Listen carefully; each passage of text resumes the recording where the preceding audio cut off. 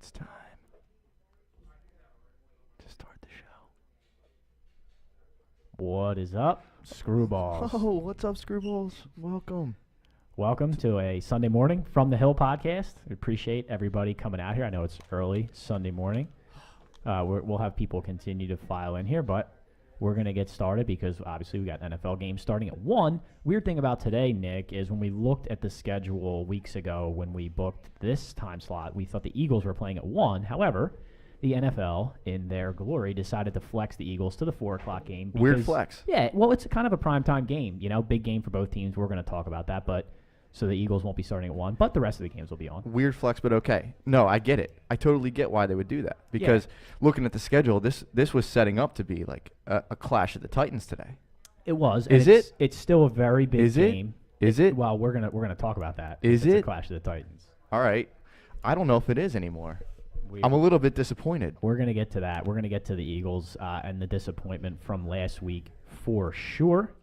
But as always, as we start here, just a little bit of housekeeping. Remember, we have all of the gear. If you don't have your From the Hill shirts or From the Hill hats yet, talk to myself. Talk to the prof. We'll take care of you. We'll get you hooked up. Yeah, I see some shirts out here. Yep. Everybody's repping. Shirts are in play. Everybody likes the Babam on the front. I told you the Babam's a good look. I went out with the Babam last night. Yeah, I heard about that. I heard about the Babam. We had a good time. Yeah. He's a wild man, right? Yeah, for sure. All right, so we're gonna jump right in because obviously, you know, we started a little late here. So where we wanted to start before we get into the sports is I want to talk about this is TV season for me. So I've got a couple shows on that I watched. I'm not a big show guy. We've talked about that, but What do you mean? because I don't watch a ton of shows. I'm more a movie guy. But the shows that I watch are all on right now, all of them. What are you on? So Walking Dead is back. Right. We've talked about how I'm a sucker for a zombie, right? I'll consume anything with a zombie in it. I'll give it a shot. Love Walking Dead, and it's really good again. I've been telling everybody this season is really good again. They've had a couple weird seasons that people haven't liked, but this season so far is really good. I feel like we're out of the zombie phase of things. Like a long time ago, let's go back 10 years ago. Everything was vampires and werewolves and zombies, right? That's a good point. And I feel like we've moved on from that. So people are still on this. I'm still on it.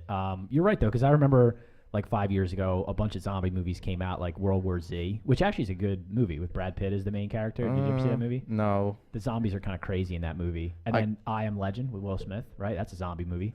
That's true. Yeah, there are a lot of zombie movies came out like 5 to 7 years ago. It was a good zombie era. But because Walking Dead was so popular, it was a good like zombie. Yeah, but we've definitely evolved from that phase, right? I'm still stuck in it. I always am, dude. The video games I loved when I was a kid were Resident Evil. They're zombie games. Like I'm a zombie guy. I'll always be pro zombie. Well, when they included the zombie mode in Call of Duty. Oh yeah, it's in like there. everything was zombie, everything was werewolf, everything was vampire. That's true. It was the whole Twilight era. Twilight, the vampire and werewolf I call it the Twilight era. has sort of died off. I feel like, but the zombies are still hanging around.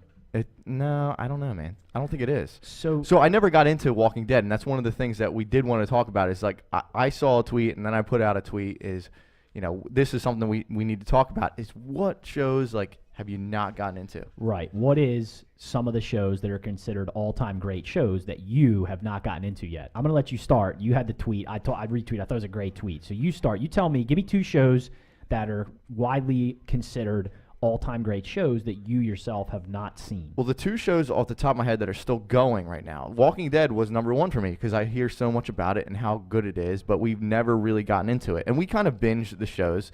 Like, we get into the Netflix shows, and Netflix has kind of changed the game in that way where you can do that. Totally agree. Walking Dead is definitely at the top of the list there. But then there's a second one that you've talked to me about, actually, that I've never really gotten into, but I want to get into. And I love the actor in it is Ray Donovan. Ray Donovan, that's right. That's on my list because that's going right now, right? Like the new season just started. Yeah, so I've heard mixed things about both though. So we talked about it a little bit. Walking Dead was like the most popular show on television, and then all of a sudden I started seeing like everybody's Facebook statuses were like The Walking Dead sucks anymore. But now you're saying it's back. Yeah, it's been on a long stretch. So right? I'm gonna sit there and I'm gonna be all into it, and then I'm gonna hate it. But you're saying that it turns the corner. Let me tell you about my Walking Dead experience and why I think you could get into it, right? And it's good that the cheese is here to hear this because this is how we get into shows.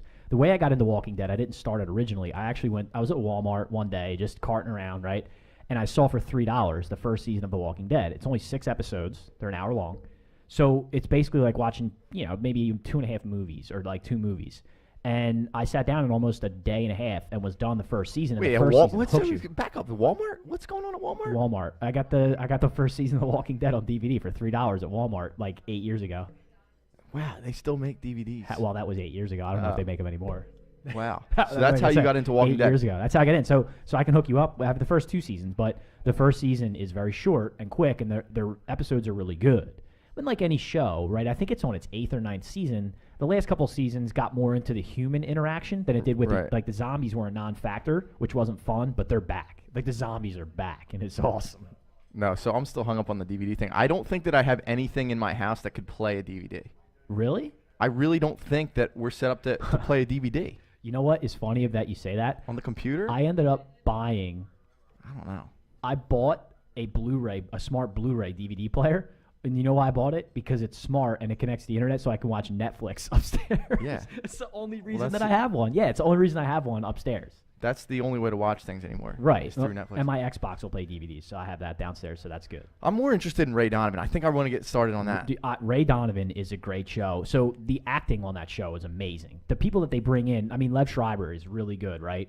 But the people they bring in as the ancillary characters, like Susan Sarandon has come in as like this mystery woman role. She's great.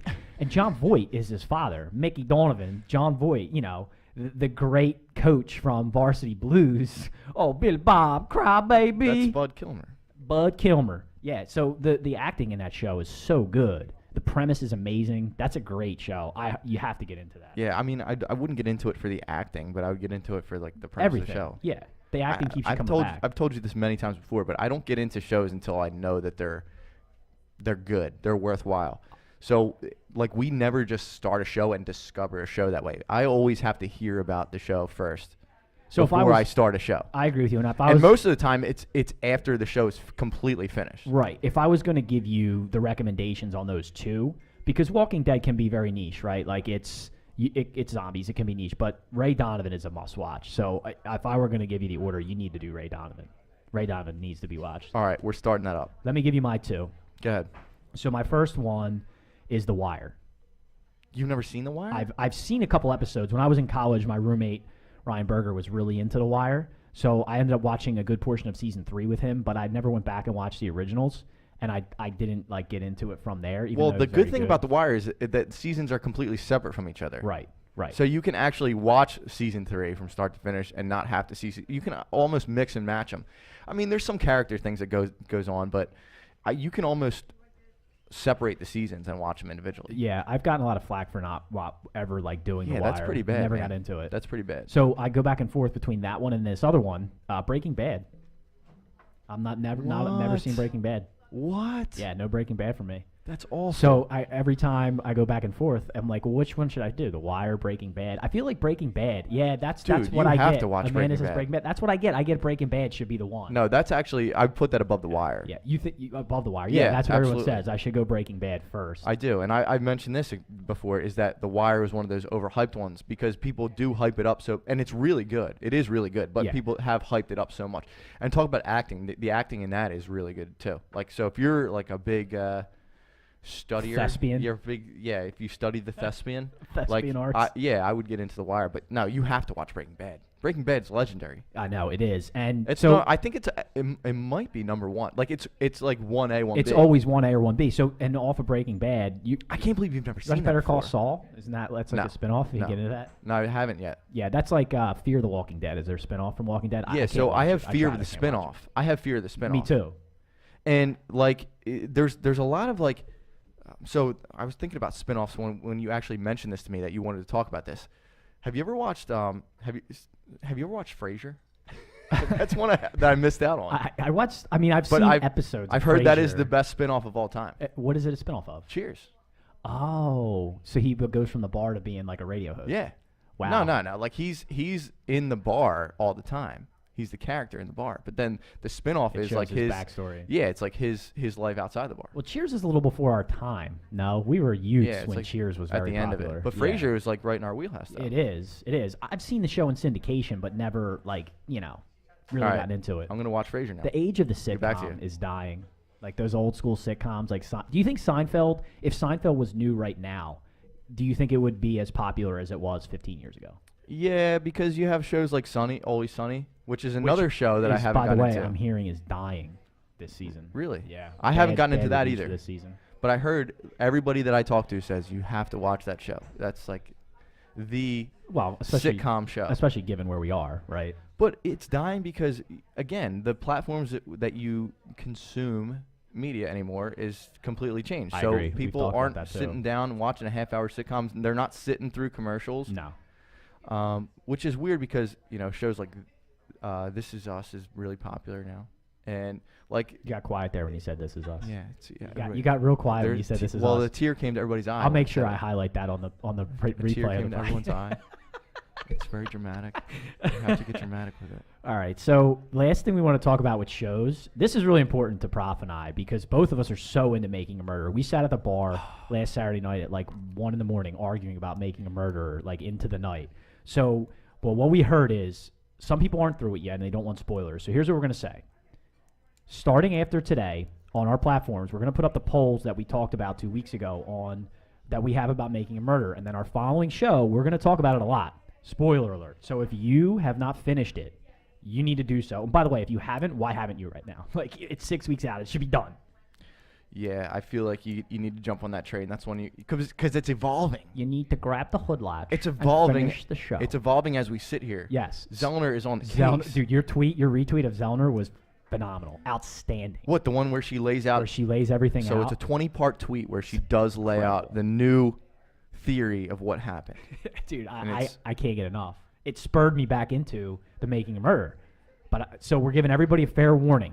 This is the last week where we're taking it easy. It's going to be heavy spoilers next week when we talk about it. So I did watch something new last night. It was on Reels. Reels is a new TV channel. They've been around. Reels? Yeah, I've seen them. I have never seen it. I've seen them.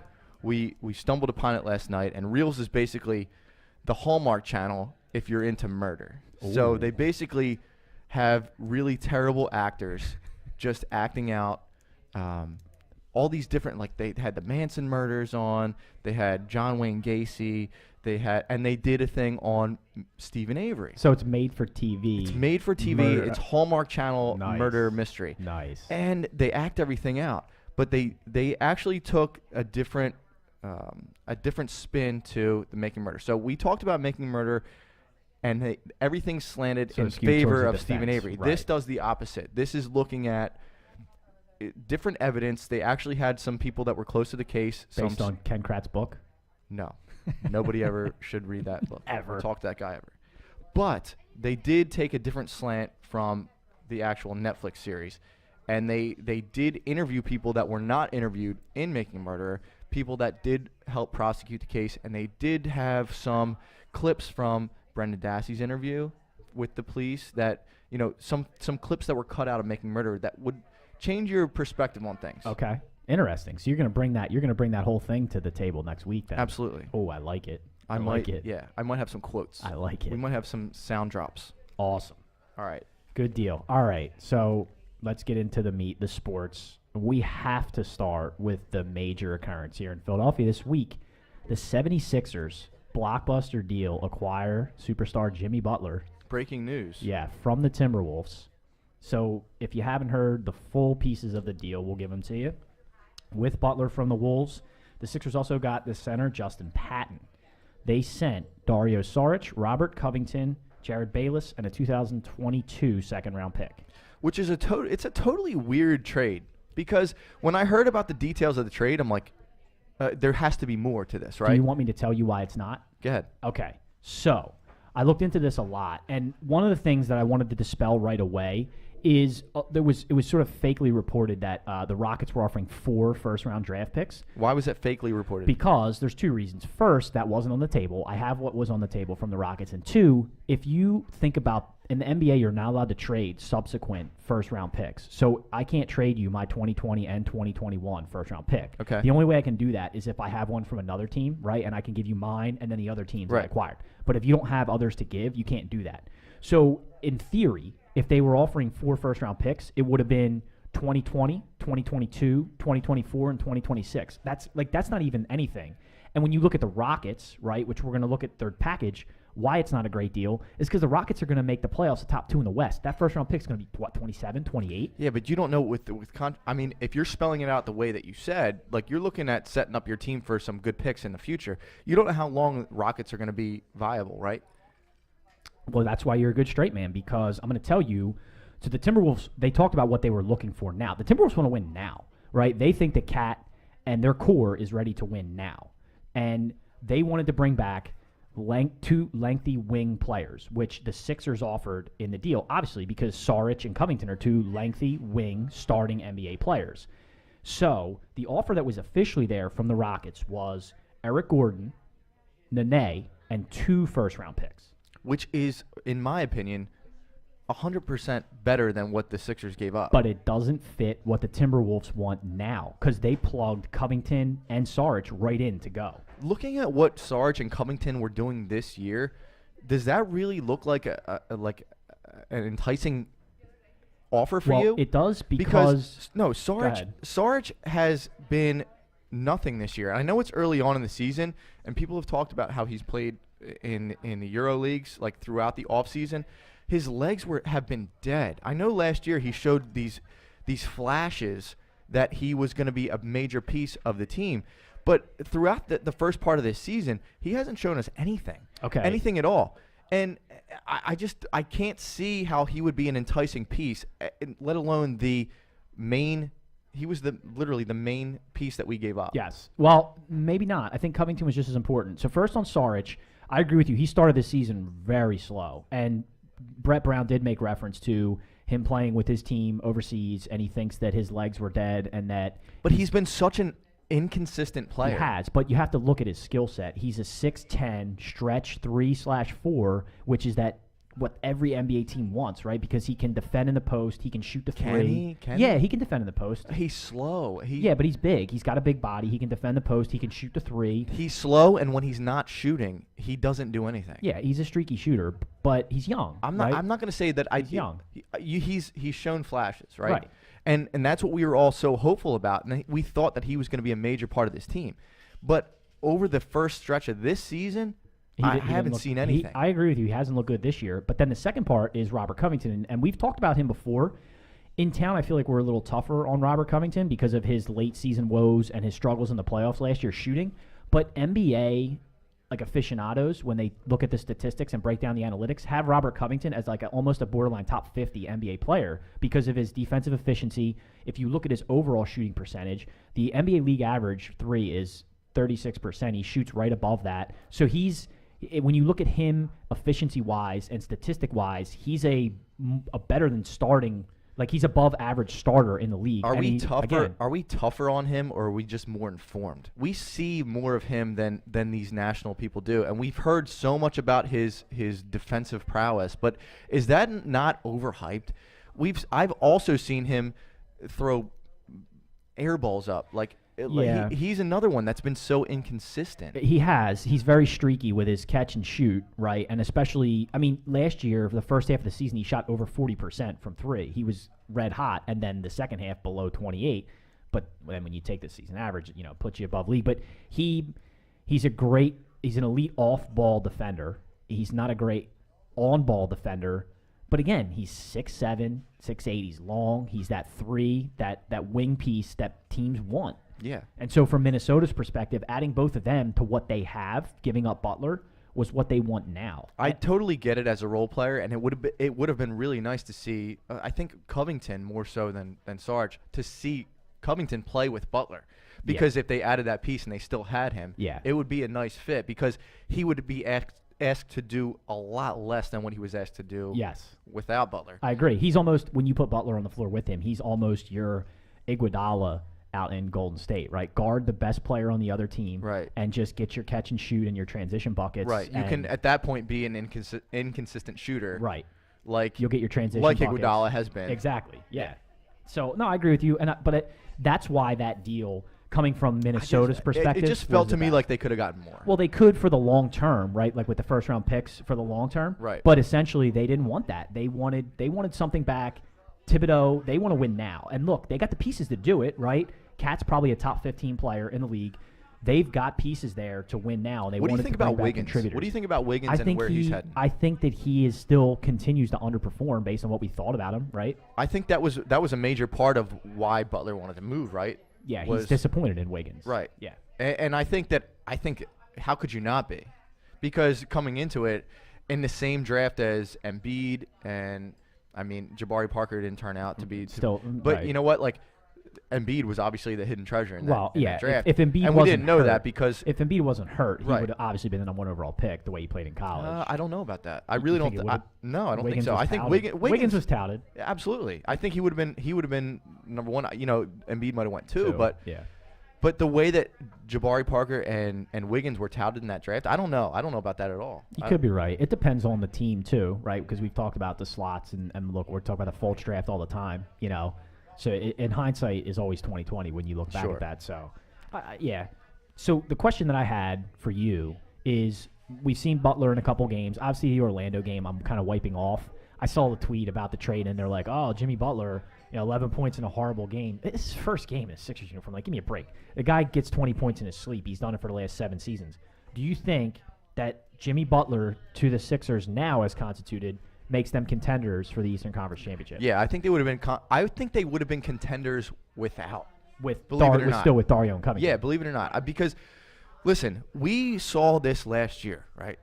People are looking at the Sixers as a 52-win team from last year, but they forget this thing didn't start that way. Like, they weren't a consistent team throughout all of last year either. No, they weren't. They went on a 16-0 run at the end of the season that completely turned things around for them. They were a meddling team from the beginning. Yep. So now I'm seeing this as just a kickstart to that from last year, kind of to pick up from last year. I think he breathes new life into the team on both offense and defense, and you saw that last night. He's a two-way player, no doubt about it. You saw that last night with the play to get the ball back in bounds and then to hit the game-winning shot. He breathes new life into the team, and I think he's kind of just reignited the city to be focused in on the team. So I think that he's going to kickstart this run that they went on last year. But like I said, the whole thing last year, they weren't a 52. Nobody was expecting them to win 52 games last year. This was all at the end of the season. They've come in this year with renewed clicked at a certain point. Right. So I agree with you. What excites me about this roster right now and moving forward is that young GM, Elton Brand, who I love this move and I really like what he's doing. He said they're not done, and they want to add so they're missing a piece right now because they gave up both of their long wing players, right? They gave up Covington and Dario, 2 starters on the team. They're wing players. So they're missing sort of a slash wing who can play the 4 right front court type of player. On this roster, that's okay because you have Ben on the floor, which helps, but they still need to add one of those guys. And Elton Brand said specifically that they're in the market to add one of those guys. And I'm scared of who you're going to mention. I'm scared of who you're going to mention because you know who I'm thinking of. Well, I know who you're thinking of. He doesn't exactly fit that role, but there has been rumors that the best landing spot for Carmelo Anthony would be the 76ers. And I completely hate that. I talked a lot about Carmelo on Twitter this week. There's part of me that sort of feels bad in a way because I've been really critical of him the last couple years. And I think that if he took more of a Vince Carter approach to the end of his career where he accepted coming off the bench, he came in to spot up, jump shoot, and rebound because he's always been a decent rebounder from like the 3 position. He could still play in this league. But he's just not. But hasn't he proven that he's not willing to do that? Well, maybe not. Maybe this is the humbling experience that he needs. Because no, that was supposed to be the stop in Houston. That was supposed to be the humbling experience. I don't think so because when you go to Houston, right, you're going there with your buddy Chris Paul. So when you guys are chumming it up in the offseason, it's like, yeah, man, I'm gonna be back in form. Like I'm ready. I'm still mellow. I'll still go out and get you 25 in my sleep. So I think that him going to Houston was not the right spot because his buddy Chris Paul's there. If he comes to the Sixers, Jimmy Butler and Joel and Ben are not going to have that. You think he's going to take a back seat to them, and he's not going to want to get in on the action with those guys? He's going to have to. Yeah, that's what they said in Houston. That's what they brought him in, and they said he's going to have to take the back seat. And he didn't. He didn't want to do that. He wants to be the starter. He wants to be a contributor. He wants to be a guy that scores a lot of points and gets on the stat sheet. And he's not that guy anymore. And he's not gonna take a back seat to those guys. So I agree with everything. And that's why I don't want any part. Here's the thing about bringing him in. If you do, it's high reward, low risk. You can bring him in and then just cut him. I mean, the Rockets are doing that, right? They're sort of giving him. But look at them. Look at how they started. Look at how the Rockets started. Yeah, but Like, I think it's worth a shot. Yeah, well, that's we're at a stretch now where these games start to mean more and more, right? Sure. So the Rockets, they kicked the tires and they were able to just cut bait, right? The Sixers, we're getting into the middle of the season. Like, I don't think it's time to start having experiments like that. I think it is. There's still time in the season to 15-day them and see how it works. That's. I won't love the move. I don't know if it's the right move, but I think I would take a chance. I would be way more into bringing on a veteran shooter, a guy that knows his role, and he's been here before, Kyle Korver. I would be way more apt to bring him in here because that's what you need. You need somebody that's going to open up the floor a little bit so that JJ can actually sit down for 5 minutes because he's the one that's creating all this stuff. We talked about this before, how hard he has to work every night just to get the open shots and spread the floor a little bit. And he's the only guy right now that we can do that. To bring on Korver, who knows the role, knows the city, he can do that much more easily than an experiment like Carmelo, and he's not going to mess with the chemistry of the team at all. I mean, I like the Korver move, but he's sort of a 2-3. What you need, honestly, is Ilyasova. You need a 4 who can shoot the 3. That's what we lost, and that's what we need. But guys like Ilyasova don't grow on trees, right? I mean, he's getting paid a premium again this year. Like those guys are so valuable. The stretch 4 at 6'11" that can shoot 3. That's what we're missing right now. That piece, because we're still thin up front, right? We're still thin up front in the front court. We got Amir, we got JoJo. Like we're thin up front still. And again, it helps with Ben out there because he can play bigger and rebounds. He's the best rebounding guard in the league, right? There's not the question. Right. But we still need that stretch 4, that front court guy. That's what Elton's really looking for. And again, Melo doesn't really fit that role because he doesn't play down low. So neither one of those guys really fit that slot. We'll see. Look, I like. I'm just looking at it from an offensive perspective. Sure. Is if you want to spread the floor a little bit more, if you want to allow JJ to have a breather every once in a while, like I think that shooter is somebody we need to bring in. And it's not like Korver's. He's not small. It's not like No, but he's a traffic cone on defense. I these got days. it. I got he it. can't move anymore. So that's I know, but I think Melo hasn't played defense for 15 years. Melo's been a traffic cone his entire career. Right. Yeah. No, I agree. But he's just a bigger body, if anything. So last thing with the NBA, I wanted to just touch on real quick is the Celtics and Kyrie. Did you hear about this whole saga going on up there? No. So the Celtics really struggling. They're hovering around 500 this late into the season. Big win 2 nights ago. Yeah, but they're one game over 500, I believe, maybe 2. They're not playing very well, and there's been a lot of microphones in Kyrie Irving's face, and of course Kyrie's an interesting guy.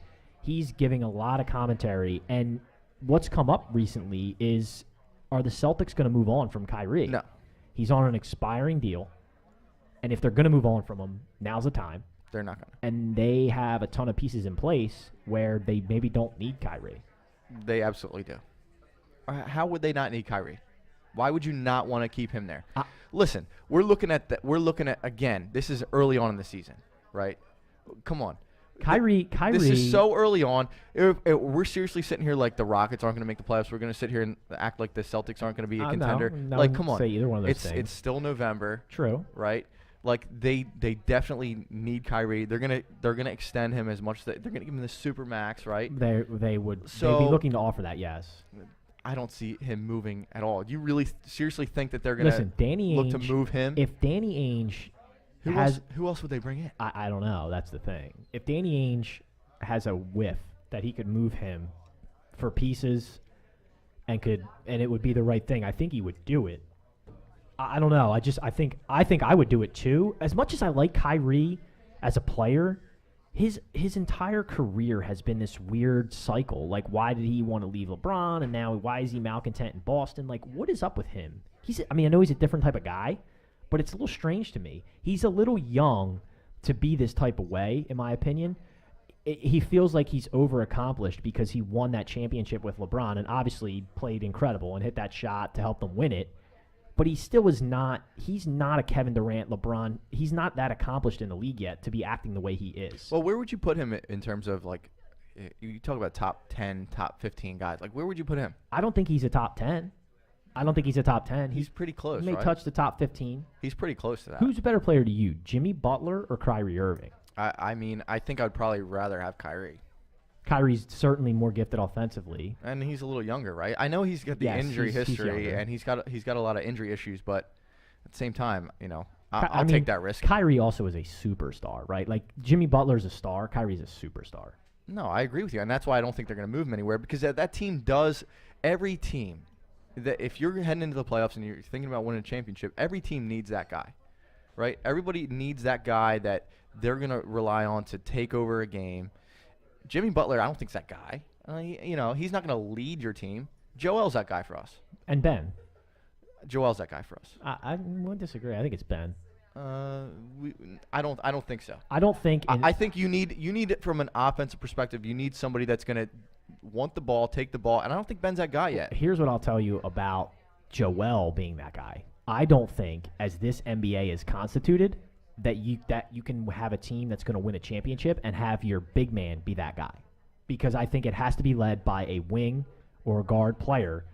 Teams that are led by big men, once you get against a team that's led by guards, they end up losing late. Look at the Timberwolves. Look at Anthony Davis and the Pelicans. Right. So I don't think that you can have. I think it has to be Ben if we're going to go somewhere. No. I think Ben needs to be that guy. I just don't think we're far enough along in the evolution of the NBA where we can say that right now. I seriously, like, you're looking at guys now like Davis and like Joel that can step outside, and Joel's our second best 3-point shooter at this point. I'm not denigrating Joel's game at all. So I think that the evolution of the game is not at a point right now where you can say that a guy like that can't lead a team. I think we're in like. I think it is. I think it's because all right, I'll ask you this: when's the last time a team has won a championship led by a guy like that? Well, that's what I'm saying. That's what I'm saying. It's been a long time. Yeah, but these players haven't been around. Like you haven't seen a big man that's going to step outside and shoot a three. They've been around forever. Dirk Nowitzki. No. He's been around for 20 years. He won a championship. Yeah, 15 years ago. Well, That's what I'm saying. That's what. Right, but I think that time has passed. The age of the Tim Duncan. First of all, it wasn't 15 years ago, but Mavericks championship was close. I don't think so. We can look at that, but I'm saying I think the game is evolving. Actually, I think it was that 14, way. 2004, first LeBron year, I think, or 2005. It was close. Regardless, it doesn't matter. But I'm saying I think the game's moving that way where you're going to see more and more big guys step into the league, and they're going to be guys that are able to go outside and shoot the three. I mean, look at Cat, look at certainly Davis, look at Embiid. That's what teams things want. are moving that way. Yep, I agree with that. Interesting. So we'll see what happens there with Kyrie. You want to hop over to college football? Yeah. Yeah, I don't have a ton on college football, but let's jump into it. So college football Saturday, no major shakeups. A couple things that stood out to me, and then I'll throw it to you for your standouts. Irish game really wasn't a game. People thought it would be. I know we got a big Notre Damer here. Coach D's here. That really was not a game. They crushed them. I do have to ask you. Okay. What do you think of the uniforms? Oh. Really? Blech. I loved them. Blech. I loved them. Gross. I think that was awesome. I hated them. Why? What was bad? What was bad about them? Everything. Why? The pinstripe, man. I hated it. Incorporate the pinstripe in the football uniform. Gross. Why not? Gross. Listen, pinstripes are classy. They've been, Why are they wearing it? They're trying to look thinner? Isn't that what that does? Vertical stripes? I thought they were a nice, classy, clean uniform. I hated them. I disagree. But so not a ton of other standouts to me. The big upset, West Virginia got beat by Oklahoma State. There really wasn't much else of note. I'll tell you what continues to bother me, and I keep going on social media about it, is Ohio State. They, again, almost lose to a middling or less than Big Ten team. Takes them overtime, and Maryland going for 2, and them stopping it to get a win, and they have to come from behind.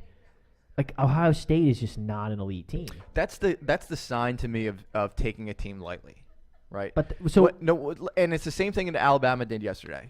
It's a sign to me that you're taking a team lightly. When you go into halftime and it's a tie score, okay, you're playing. It's like playing with your food. And Alabama just obviously turned it on at a different time. I agree with you on the Alabama Citadel. I don't think that's what happened with Ohio State and Maryland. They were beat in the first half. No, beat bad. I agree with you. I think they took them lightly, but it's a different when you turn things on. It's different. Ohio State turning their game on is different than Alabama turning the game on. Well, that's actually the point I'm trying to make is that I don't think Ohio State is a playoff team. Like I just, to me, them struggling last week, with Nebraska, and now this week with Maryland. I mean, Nebraska's 2-8. Like that can't be a thing if you want to be in the playoff. That can't be a thing. And if they somehow manage to beat Michigan this week, technically this week, but next week, that makes it even worse to me because it's just cheapening. Like Ohio State to me is just not a playoff team at all. You can't play teams like that. Well, they're not going to get in the playoffs, so you don't have to worry about it. They have like a 20% chance to get in. If they beat Michigan, they're going to be up there. They're going to be right there. I think they have a 20% chance to. That's what I read yesterday. They have 20% chance to get in. I mean, I think it's pretty much set. I honestly don't think they're going to beat Michigan. I don't either. I've just seen enough of them, and I don't want to see them get into the Final Four at all. So we should still definitely open it up to 16 teams. I saw your tweet this week. Like I said, I'm holding firm on the fact that I think it should be 8. But what's the point of doing that? What, 8? Yeah. What would be the point of like cutting it down to 8 instead of 16? Wouldn't you want to see? Wouldn't you want to see the drama? I'll tell you why I don't want 16 because I don't want it. Again, Ohio State when they lose to Michigan is going to fall to like 15. I don't want to see Ohio State playing a top team anymore. They're done to me. Like that, I don't need to see Penn State at 16 this season making that playoff. I don't. So you want it to be more predictable. No, I want it to be the best teams. I want it to mean something. By putting 16 in, you're cheapening the regular season of college football, which is I totally disagree, dude. Regular season college football games is so sacred. Every one of these games is so important. I know that. But the intrigue and the drama and the actual like interest to fans, I think that's what you should open it up for. It shouldn't be like just tradition. These are the best teams. It's a regular season. I get it. The regular season matters so much. I get it. But if you open it up to 16, teams are still playing hard to get into that 16. Sure. Like that's why I think 8's enough. You don't want to see 8's enough. So that would obviously open it up to UCF so that they get in and they can actually. I know you're pulling on my heartstrings now because I want to see UCF. Like everybody wants to see UCF, but then at the same time they want to say, well, the regular season matters so much, but we want to see the top team, so we're going to close it down. So that would let them show to the world, okay, we are this good. But I still think, or we're this bad. I still think with 8 teams, UCF by the end of the season would be in the top 8 if they go undefeated. So I think 8's plenty to have them at 7 or 8. And then, by the way, I don't agree with some commentary that was on your tweet about, well, it has to be the 5 power conference winners. If the team that wins the Pac-12 has 3 losses, I don't need to see them. I don't care. Your division is down this year. I don't need to see you. But it takes the guessing game out of it to include 16. I feel like it takes like the guessing out of it. I just think with 16, like let them play it out. I think with 16, you're just putting in. Maybe you could talk me into 12 and giving the top 4 a bye, but I can't see. I just can't see including something like the 15th or 16th best team. Like I just can't. I don't know. It's too much, man. It's too much to me. I just think it makes it more meaningful, and people would really embrace it and get into it more so than the Whoever Cares Bowl. I like the Whoever Cares Bowl. I know you do. The Arby's Bowl. Yeah. That's what you said. I'm thinking Arby's. All right, let's go NFL. Let's go NFL because we're creeping up to the start here for NFL. So, lot of intrigue in a couple games this week. Before we talk about the Eagles game starting at 4, I wanted to touch on a couple others. So the first game I want to touch on, the Texans at the Redskins. Both teams 6-3, both teams leading their divisions. This is a big game for implications for the NFC East and for the AFC because Houston with a win can separate themselves and put them up in the class with the Chiefs, Patriots, and Steelers. Or if they lose to Washington, they're going to fall back into the rest of that division at 6-4. To you, like eye test wise, are the Texans not like 100% better than the Redskins? Yes. They are so much better. 100%, like across the board. Yeah. Yeah, and when I look at the line on that game, it's Houston -3. Now it's in Washington. That tells me different. That tells me that Vegas doesn't agree. They don't think that the Texans are like head and shoulders above them. What do you mean? They're a road favorite. Right, but it's only 3 points. Yeah, but that's a big swing. That's almost a 6-point swing. You get 3. You get 3 at home. Yeah, that's a big deal to if me. I want it, it's a deal. I like Houston with the 3, by the way. That's one of my selections. But yeah, it doesn't to me. If I set that line, which worries me a little bit, I have it up more around like 5.5, 6 for Houston. No, I think that's accurate. I think that's an accurate line. They definitely win going away. I would set right where The it's thing at. is, this is a huge game for the Redskins because if they win this game, they have a stranglehold on the NFC East. That's true. Stranglehold. That's true. But we're basically banking on the Eagles losing now. No, because even if the Eagles win, which we're going to talk about, and go to 5-5, the Redskins would be at 7-3, 2 up in the division. Yeah, they would be 2 up. But that's where we're at right now. Yeah, I'm saying that's a good spot to be for the Redskins. But we still have 2 games to play against them. We do. It's just, that's what I'm saying. So what's your feeling on the game last week? Obviously disappointing. I said double-digit win. Against the Cowboys, yeah, so did I. I have a theory about the Eagles' recent struggles. Now, I know people have come down on Jim Schwartz a lot, but I went back and watched a good deal of the big plays from the last 2 weeks. What I noticed about the Panthers game and what I noticed about the Cowboys game, so both of these games, the Eagles' defense actually played really well for a large majority of the game. Where they got hurt against Carolina is the start of the fourth quarter, Carolina went, hurry up, no huddle. And so the Eagles were playing just base defense, and Cam went wild and shredded them and brought them all the way back. The Cowboys could not move the ball against the Eagles until the end of the second half when the Cowboys went hurry up. Dak marched down the field and got in the end zone, and then the Cowboys noticed that and came out to start the third quarter and did the same thing and marched right down the field. Where the Eagles seem to be struggling on defense specifically is against hurry up because, and I don't think that's Schwartz, right? Because when you're in hurry up, you're calling just base packages, right? I think when the Eagles are set with their guys on the field and they get stuck in base packages, that's where they get hurt. And teams have realized it, and they're starting to exploit it. Like they're going no huddle, they're going hurry up, and they're not letting the Eagles get play called in and adjust their defense. And their base package cannot keep up with any of their teams. To me, that's a problem with the middle linebacker or Malcolm Jenkins, right? Whoever one of them is making those calls in the base packages because they're not able to adjust quick enough. If you go back and look, the Panthers had 7 points for the fourth quarter last week, and then 2 straight no huddle drives for 14. 2 straight, and it was just shred because they went no huddle. And I saw it in the Cowboys game too. Cowboys, they have 6 points up until the last drive of the first half. 2-minute drill right down the field. Third quarter, they got the ball. 2-minute drill to start the third quarter. No huddle, right down the field.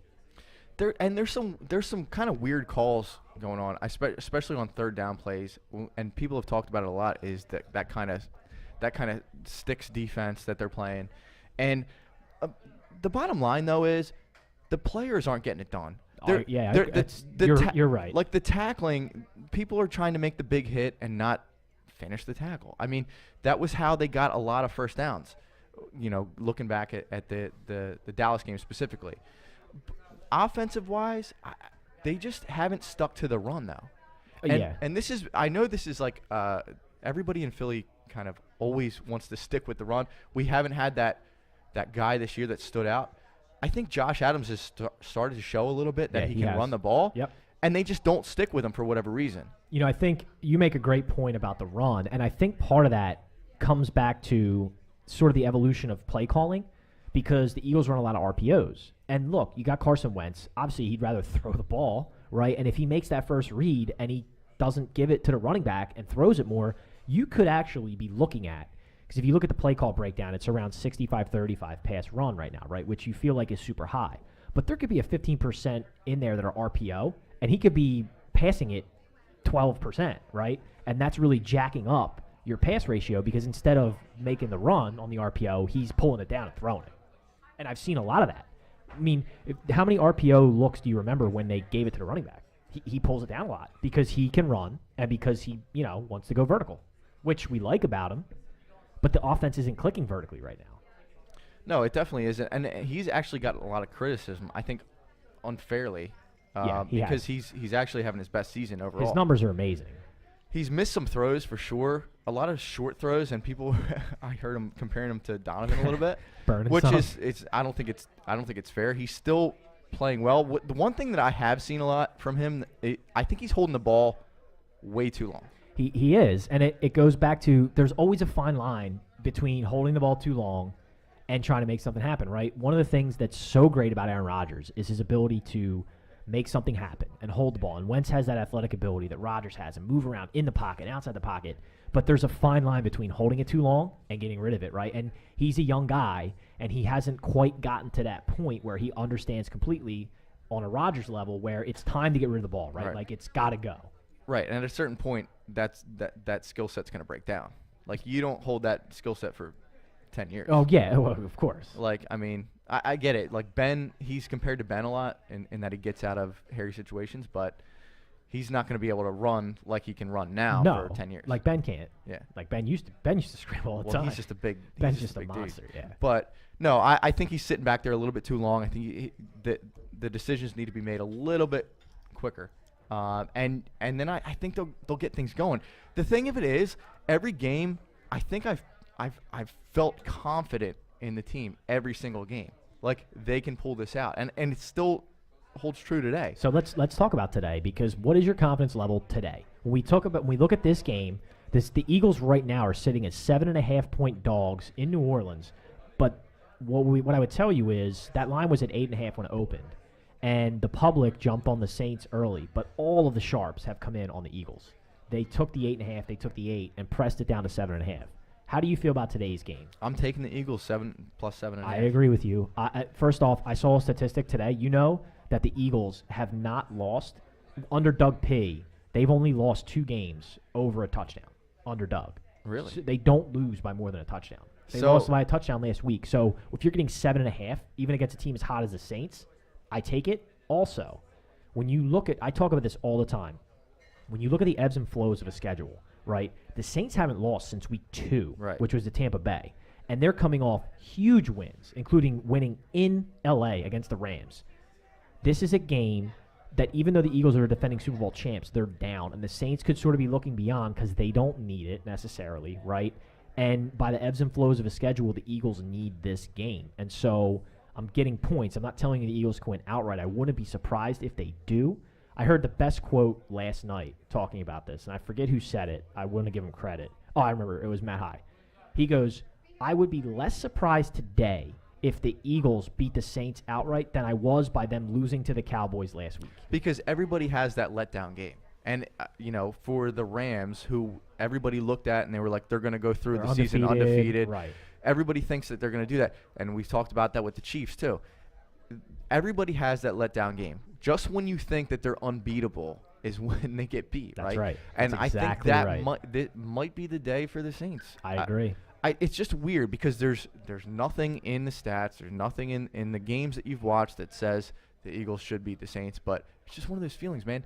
Like, and that's where I feel like everybody has felt this toward this team. It's like every week they think it's going to click. Yeah. They're going to come out and they're going to throw like, up 42, and at a certain point, they're going to be at rolling. a certain point, like it has to, right? I know. So, yeah. So I think it might happen today. I'm with you. I think we're also super hopeful that it happens today as part of the deal. So a couple other games of interest here that I saw. One that stood out to me, Prof, was the Bengals at the Ravens. The Ravens are 6.5-point favorites. That is a division game, right? And the Bengals are 5-4. The Ravens are 4-5. That tells me Ravens are going to lay some wood. That tells me, there's going to be a couple picks from Andy Dalton today. And by the way, A.J. Green's out again. Maybe a couple pick sixes. Broken toe. And I'm taking the Ravens minus a 6.5. I'll buy it down from 7 if it creeps up there by game time. But I that tells me the Ravens are going to spank them. Yeah, there was one to me today that stood out, and it was the first one that I saw. And it was so the Giants have been awful, just miserable all year. Yes. And they're going against a terrible Tampa Bay team. They're at home, but I would actually put Tampa at a road favorite today. Fitzmagic? Yeah, so I saw the Giants, they're minus 2.5. So that tells me Giants are going to have a big day for some reason. I think maybe Saquon goes off or something like that. I don't know what happens. The Buccaneers are dreadful. Maybe Odell defense. has a couple Odell's going to have a huge day. couple big breaks. Yeah. So I'm taking the Giants minus 2.5. I don't disagree with that. The Bucs are dreadful on defense, especially in the secondary. So I like that one.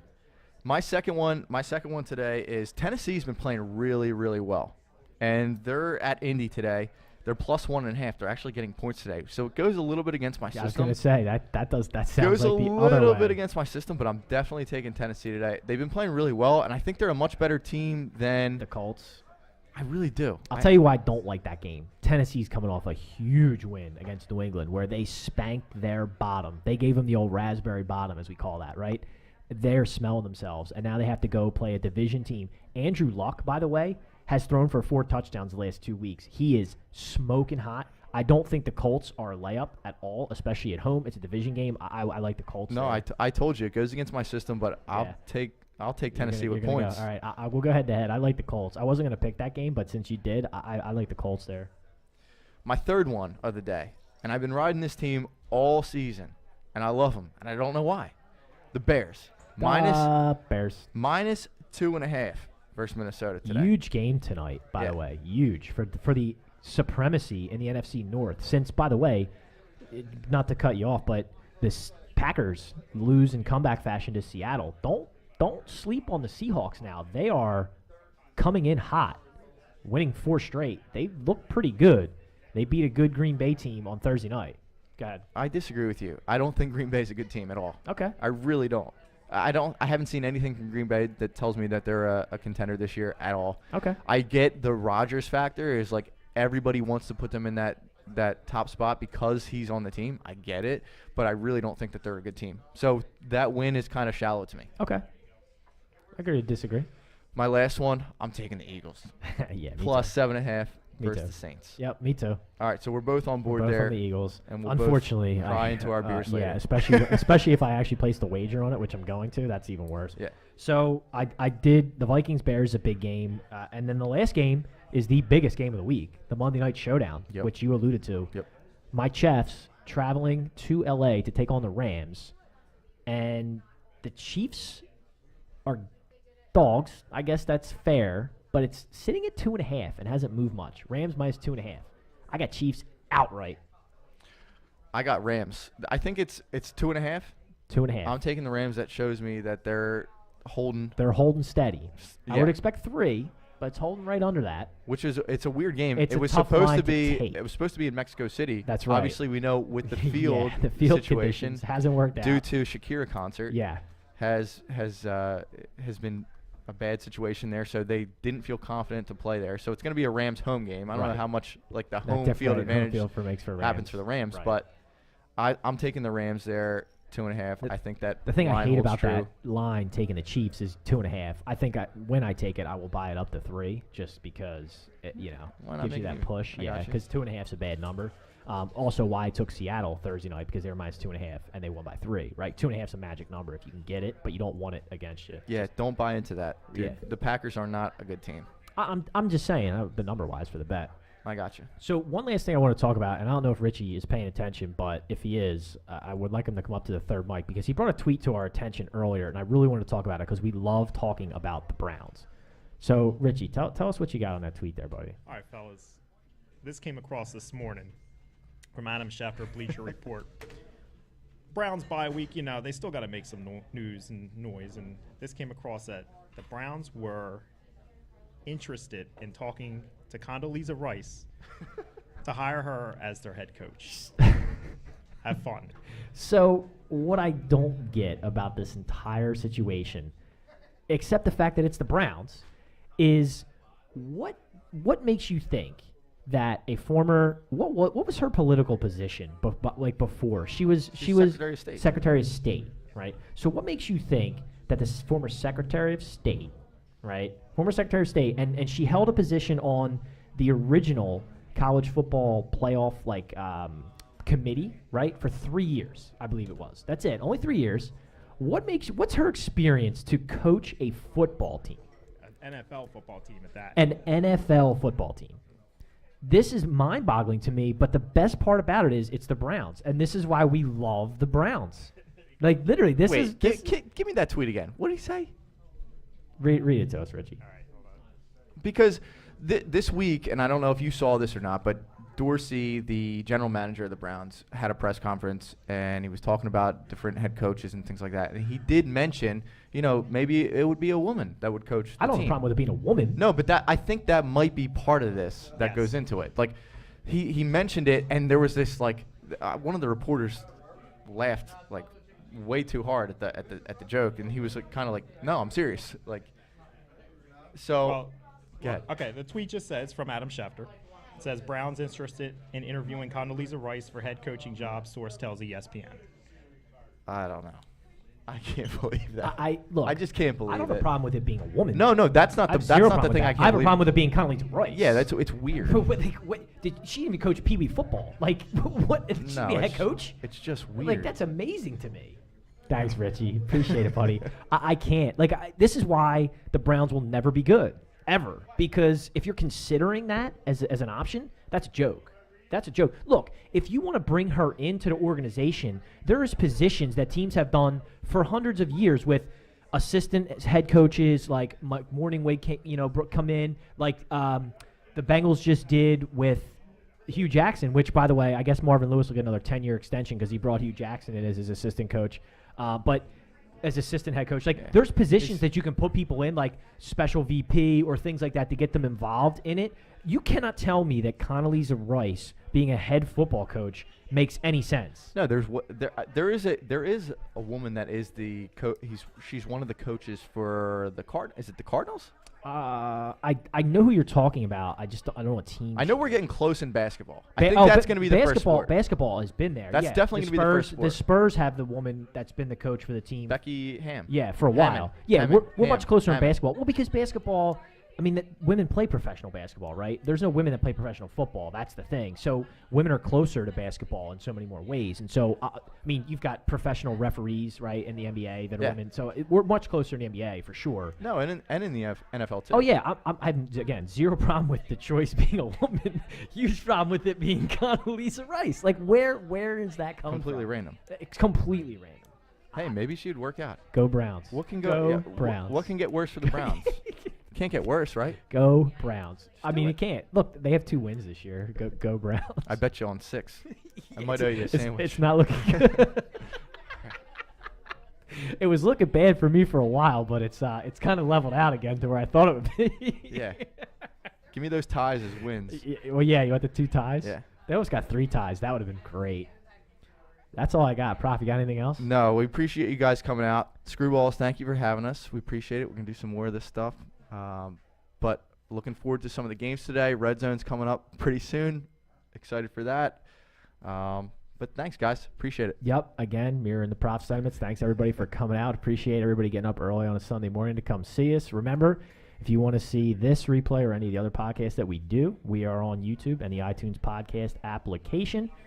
Guys, we appreciate all the support. Seriously, it means a lot to us because this is why we do it. Everybody comes out and appreciates hanging out and tweets at us and texts us and, hits us up on social media about what they hear us want to talk about. So we want everybody to keep doing that, and that's all I got. Let's wrap it up. See you next time.